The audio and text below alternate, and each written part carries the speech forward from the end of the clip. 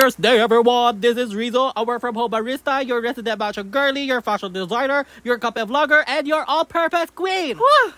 And you're watching Kape Vlogs! Straight ka ba?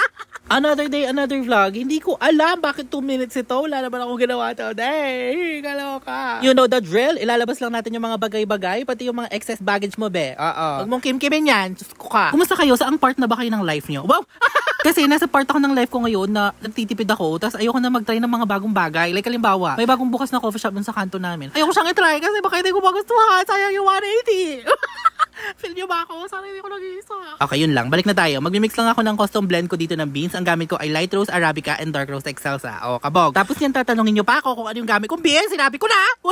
OMG, ito yung first appearance ng aking sewing area. Hello! Sobrang happy ko kanina na magtahe kasi parang 3 weeks na ako hindi nakahawak ng sewing machine. So I was happy kanina. I was in my element. Ganon!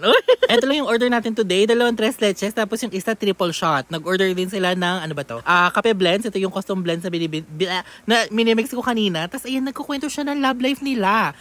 Taray talaga! Kabog na kabog, edi go. Tapos, nag-take out pa siya ng 2 tres leches. Pero ilalagay daw dito sa tumbler. O, diba? 4 shots na tres leches. Gusto nyo ba? Yan. Ayan talaga yan. Silang dalawa lang yung customer ko today. Pero I'm really happy. Tapos, pinagdalan pa nila ako ng food from Cuatro. As in, favorite Mexican place ko ang Cuatro. Ay, taray talaga. Grabe, saktong crave talaga ako. Miss na miss ko na ang Cuatro. Ang layo kasi sa akin. Pero ayan, go. Dati kasi nasa kanto lang namin sila. Ngayon may sarili na silang place. Tapos 2 branch pa sila. O, kabog na kabog. Ayan yung go-to order ko dyan. Birria tacos, dirty fries, and birria rice. Oo.